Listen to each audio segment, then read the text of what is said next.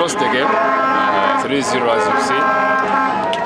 It wasn't our strategy to lose this game. We planned for a win.